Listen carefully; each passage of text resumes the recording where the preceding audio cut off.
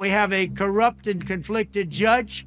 We have a corrupt DA. We have a corrupt system in New York, and it's going to have to change. Our country is under siege. Why does it seem like he's trying to tell us something? So we have a judge who's highly conflicted. You know what the confliction is. Nobody wants to write about it, and I'm not allowed to talk about it. If I do, he said, I get put in jail.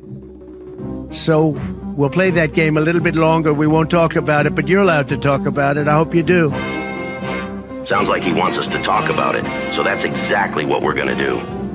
Investigative journalist Laura Loomer blew the case wide open on social media. So these are the facts as we know them. The goofball judge overseeing this sham trial is Juan Merchan, or however that stupid name is supposed to be pronounced.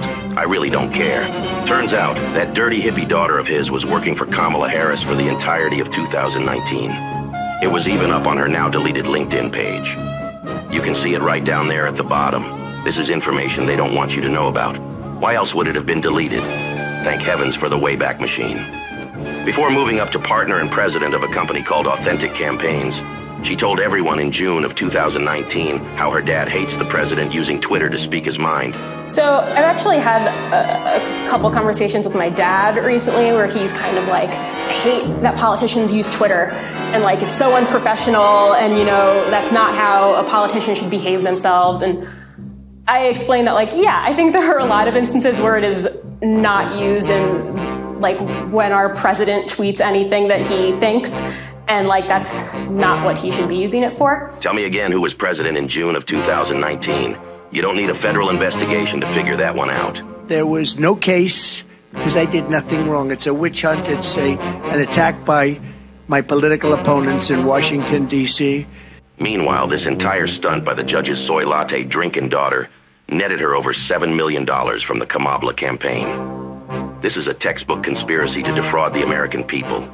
An ethics complaint has already been filed, but don't expect much from that lawless cesspool of raging degenerates in Washington, D.C. anytime soon.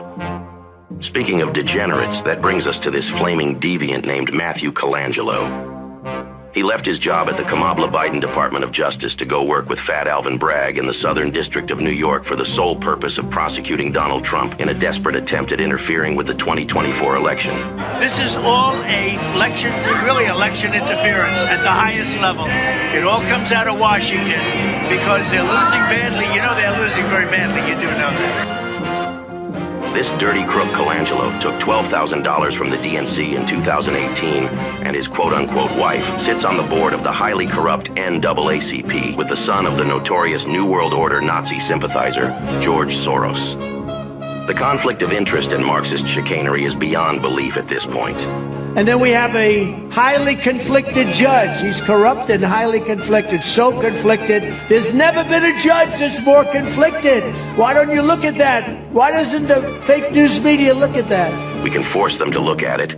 Spread this video to the four corners of the earth until they have no choice but to acknowledge it. This has been another public service announcement paid for by the Dilly meme team.